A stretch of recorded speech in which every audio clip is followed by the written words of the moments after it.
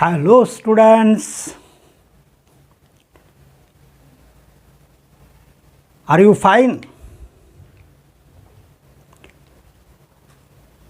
तो ऑप्टिक्स ये टॉपिक का अगला कंसेप्ट अपन यहाँ पे डिस्कस करेंगे बेटा। ऑप्टिकल डिवाइसेस और ऑप्टिकल इंस्ट्रूमेंट्स। ऑप्टिकल डिवाइसेस और optical instruments, this is our new concept. तो कोई भी ऑब्जेक्ट देखो अपन देखते हैं बेटा, कोई भी ऑब्जेक्ट जब अपन देखते हैं तो उसका रियल साइज जो है, उसका जो एक्चुअल साइज है वो एक्चुअल साइज अपन नहीं देखते, तो अपन देखते हैं उसका apparent size. We can observe only apparent size, we can't observe real size. Why? Because whenever this size, पहले तो समझते हैं कि साइज ये काय पे डिपेंड है। Size completely depends upon, size completely depends upon angle made by that object or angle subtended by that object with our eye, and eye should be unaided. unaided का मतलब बेटा आँखों पे कोई चश्मा नहीं चाहिए। विदाउट एनी ऑप्टिकल इंस्ट्रूमेंट जब अपन ऑब्जेक्ट को देखते हैं तो ऑब्जेक्ट का साइज वो ऑब्जेक्ट ने अपनी आँखों के साथ फॉर्म किया हुआ जो एंगल है, जिसे विजुअल एंगल बोलते बेटा। क्या चीज बोलते हैं? Visual angle. और ये विजुअल एंगल पे डिपेंड होता है ऑब्जेक्ट का साइज। जितना विजुअल एंगल बेटा बड़ा रहेगा उतना साइज भी बड़ा रहेगा। But we can't take object very close to eye. जैसे कि मैं आपको एग्जाम्पल दूँ, एक आधा माउंटेन है बेटा, यहाँ से बहुत दूर अपन जहाँ खड़े हैं, जहाँ बैठे हैं, जहाँ अपन है वहाँ से बहुत दूर, बहुत ज़्यादा डिस्टेंस पे अगर एक आधा माउंटेन है सॉरी बेटा, तो वो माउंटेन अपने को बहुत छोटा दिखाई देगा। जैसे जैसे अपन वो माउंटेन के नज़दीक जाते हैं, या माउंटेन पे एक आधा पेड़ है तो अपन वो माउंटेन के नज़दीक जाते हैं, तो जो माउंटेन पे पेड़ है वो भी अपने को बड़ा दिखने लगेगा, माउंटेन भी बड़ा दिखने लगेगा। Why? Because as we move closer to the mountain, then mountain makes angle with our eye and that angle increases. देखो जैसे कि फॉर एग्जाम्पल ये कोई एक आधा ऑब्जेक्ट है बेटा, ए बी ऑब्जेक्ट है, और अपन अगर ये ऑब्जेक्ट को ऐसे देखते हैं यहाँ से अगर अपन वो ऑब्जेक्ट को देखते हैं बेटा तो ये एंगल बन गया। अब ये एंगल जितना बड़ा उतना अपरेंट साइज बड़ा रहेगा। अब देखो जब ऑब्जेक्ट को अपन थोड़ा नज़दीक लेके जाएंगे, now this angle increases here. Increase in angle take place as we move the object closer or towards the eye. eye की तरफ जब अपन ऑब्जेक्ट को बेटा लेके जाते हैं तब ये एंगल बढ़ते जाता है। जितना एंगल बड़ा रहेगा ना बेटा उतना उसका अपरेंट साइज अपने को बड़ा दिखाई देगा। क्या चीज़ बेटा? Apparent size. ठीक है, मगर बेटा अपन ये ऑब्जेक्ट को ज़्यादा से ज़्यादा कैपिटल डी यानी 25 सेंटीमीटर डिस्टेंस अपनी आँखों से इतने डिस्टेंस तक ला सकते हैं। इससे कम डिस्टेंस पे अगर अपन लाते हैं we can't observe that object clearly. वो ऑब्जेक्ट को अपन क्लियरली देख नहीं सकते, अपने आँखों की वजह से ब्लर्ड ऑब्जेक्ट दिखेगा बेटा, क्लियर दिखेगा नहीं। तो ये जो डिस्टेंस है ना 25 सेंटीमीटर, इसे बोलते हैं, ये नॉर्मल ह्यूमन आई अगर है, डिफेक्टिव आईज नहीं है, तब ये डिस्टेंस, और ये डिस्टेंस को कहा गया है least distance of distinct vision. क्या चीज़ बेटा? Least distance of distinct vision, least distance of distinct vision. तो ये जो आँखों के साथ ऑब्जेक्ट ने एंगल बनाया, इसे बेटा अपन अल्फा से रिप्रेजेंट करेंगे। किससे रिप्रेजेंट करेंगे? अल्फा से। अब छोटी सी एंट है, एंट, एंटी नहीं, एंट, ठीक है, या एखादा कॉस्मिक ऑब्जेक्ट है, जैसे कि कोई एखादा स्टार है, तो स्टार अपने से बहुत दूर है, एंट अपने नज़दीक है, मगर 25 सेंटीमीटर डिस्टेंस पे अगर अपन ने एंट को रखा ना बेटा, तो वो एंट के जो लेग्स है, वो एंट के जो पैर है, वो पैर को अपन देख नहीं सकेंगे। We can't see, we can't observe legs of an ant whenever it is at distance of distinct vision, whenever it is at least distance of distinct vision, that is 25 centimetre. वैसे ही बेटा ये स्टार जो होता है, ये अपने से बहुत दूर होता है, इसे अपन अपने नज़दीक नहीं ला सकते, या अपन उसके नज़दीक नहीं जा सकते। तो फिर इन्हें ऑब्जर्व करना है, केयरफुली ऑब्जर्व करना है ना, इनका इन डिटेल अपने को अगर स्टडी करना है, तो we have to use optical instruments. जैसे कि बेटा एंट के अगर लेग, एंट के अगर पैर अपने को देखना है, तो अपने को यूज करना पड़ेगा माइक्रोस्कोप, और स्टार को अगर ऑब्जर्व करना है, तो बेटा अपने को यूज करना पड़ेगा टेलीस्कोप। ठीक है, तो अब ये जो साइज है, लेग का साइज या स्टार का साइज, कितने बड़े साइज में अपने को टेलीस्कोप या माइक्रोस्कोप दिखा सकता है, उसे कहा गया है बेटा मैग्नीफाइंग पावर, या तो उसे कहा गया है एंगुलर मैग्निफिकेशन। तो फिर अब अपने को यहाँ पे डिस्कस करना बेटा मैग्नीफाइंग पावर, और सबसे पहले डिस्कस करना है magnifying power of simple microscope, magnifying power of simple microscope. Microscope में दो माइक्रोस्कोप है बेटा, आज अपन डिस्कस करेंगे सिंपल माइक्रोस्कोप, नेक्स्ट लेक्चर में अपन डिस्कस करेंगे कंपाउंड माइक्रोस्कोप, और फिर बाद में अपन डिस्कस करेंगे बेटा टेलीस्कोप।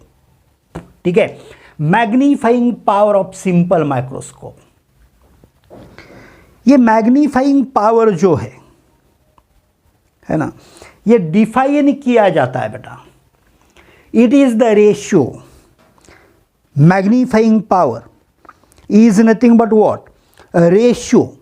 काय का रेशियो है बेटा? ये विजुअल एंगल का, visual angle made by the image formed by an optical instrument, visual angle made by the image formed by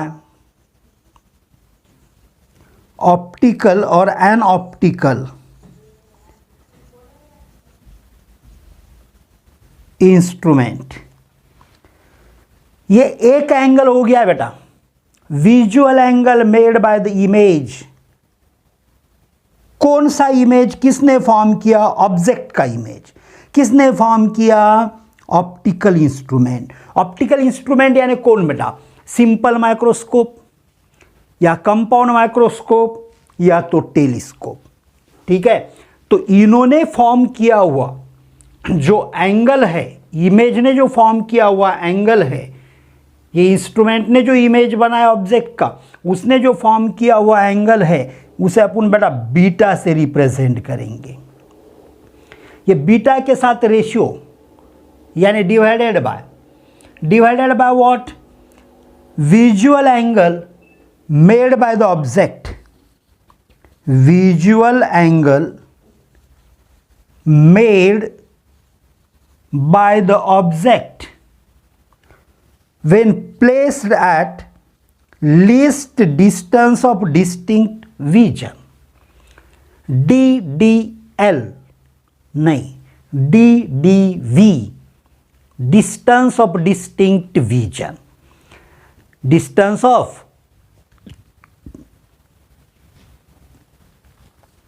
distinct vision, या तो इसे बोलते हैं least distance of distinct vision. Normal eye के लिए, हेल्दी आईज के लिए बेटा ये डिस्टेंस कितना है, मैं बोला आपको 25 सेंटीमीटर। अपने एज के अनुसार ये डिस्टेंस चेंज होते रहेगा, ठीक है।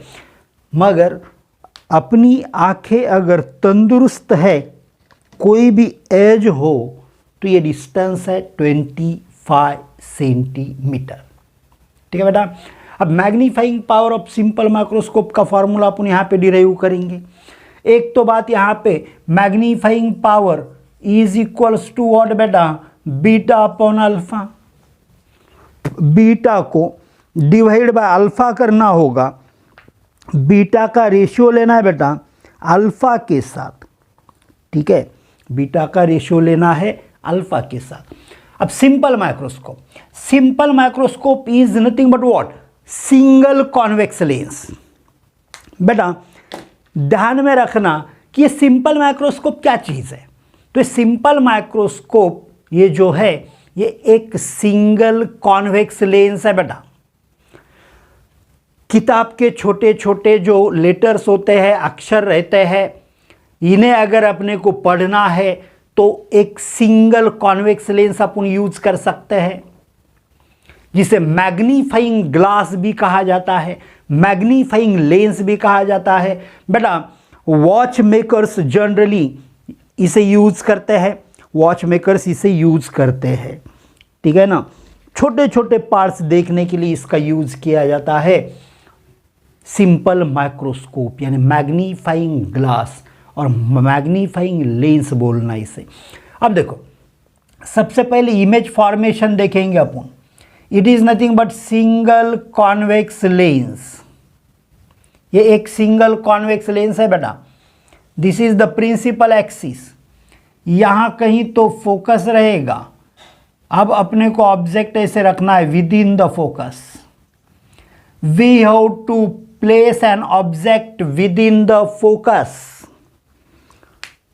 ठीक है बेटा। अब अपन इसका इमेज फॉर्म करेंगे। इमेज फॉर्म करने का तरीका, डायग्राम पूरा लर्न करने की या ध्यान में रखने की जरूरत नहीं बेटा।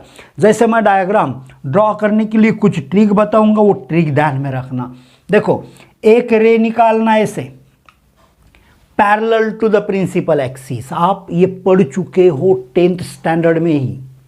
अ ray parallel to the principal axis after refraction passes through the focus on another side, other side। तो रिफ्रैक्शन के बाद ये दूसरे साइड के फोकस में से पास होगा। लेंस को दो दो फोकस रहते हैं बेटा, ठीक है। और दूसरा रे ऐसे इंसिडेंट करना which passes through the pole, which passes through the pole after refraction it does not change the path। After refraction it does not change the path. Refraction के बाद बेटा ये रे अपना पाथ चेंज करता नहीं है। जो पोल में से पास होगा वो रे अपना पाथ चेंज नहीं करता। अब अपन इधर से देखेंगे बेटा, ये समझो कि अपनी आंख है। ये रेज तो देखा तो डाइवर्जिंग रेज है, आगे जाके कभी भी नहीं मिलेंगे, तो अपने को इधर इमेज नहीं मिलेगा। तो फिर अपने को इन्हें ऐसे प्रोड्यूस करना पड़ेगा, और प्रोड्यूस करने के बाद ये एक पॉइंट में मिल जाएंगे तो यहाँ अपने को इमेज मिलेगा बेटा ए बी ऑब्जेक्ट का इमेज, ए बी ऑब्जेक्ट का इमेज अपने को मिलेगा ए डैश बी डैश, ठीक है ना बेटा। और ये आँखों के साथ यानी ये लेंस के साथ जो एंगल बनाया इसे अपन बोलेंगे बेटा बीटा। अब जब ऑप्टिकल इंस्ट्रूमेंट का यूज कर रहे हैं अपन तो ऑब्जेक्ट ने आंखों के साथ और इमेज ने आंखों के साथ बनाया हुआ एंगल तो सेम है, मगर object is not at the distance of distinct vision. तो अपने पास कंडीशन क्या है कि object distance of distinct vision पे चाहिए और अनएडेड आई के साथ बनाया हुआ एंगल है ये अल्फा, यानी अपने आंखों के सामने कोई ऑप्टिकल इंस्ट्रूमेंट नहीं है, ठीक है। तो मैग्नीफाइंग पावर, बेटा मैग्नीफाइंग पावर का तो फॉर्मूला है बीटा अपॉन अल्फा। अब ये डायग्राम में देखो बीटा को लिख सकते हैं अपन tan beta because angle is very small, और यह है पोल, ठीक है। तो बीटा को अपन क्या लिख सकते हैं tan beta is equal to what बेटा A B upon A P, A B upon A P. A P को अपन बोलते हैं बेटा object distance that is u, A P को क्या बोलते हैं अपन object distance that is u, so A B upon u. तो अल्फा इज इक्वल टू ये डायग्राम से opposite side A B upon adjacent side capital D tan alpha that is a B upon capital D. अब alpha और beta के values यहाँ पे रखो बेटा। Magnifying power of simple microscope is given by beta means what A B by U, alpha means what A B by capital D, A B get cancel, so we get result बेटा यहाँ पे result मिला D by U. Numerically we get result for the magnifying power of simple microscope that is capital D by U. Capital D is what? Least distance of distinct vision। और बेटा ये value आपको ध्यान में रखनी पड़ेगी। Exam में MCQ में ये वैल्यू दिया नहीं दिया कोई फर्क नहीं पड़ने वाला है, आपको ये वैल्यू ध्यान में रखना पड़ेगा। अब कुछ लिमिटिंग केसेस है बेटा। अब अपने पास लेंस का फॉर्मूला है जिसे अपन लेंस फॉर्मूला बोलते हैं, 1/f is equal to 1/v minus 1/u, और माइनस के जगह पे प्लस लिया ना बेटा तो मिरर फॉर्मूला बनता है। बराबर है ना, याद आ रहा ना आपको? अरे आ रहा कि नहीं याद? यस आ रहा, ठीक है। अब देखो यह है v और यह है u, और दोनों निगेटिव, दोनों माइनस है, क्योंकि ये डिस्टेंस है इस लेंस से कौन से साइड है बेटा? Left side.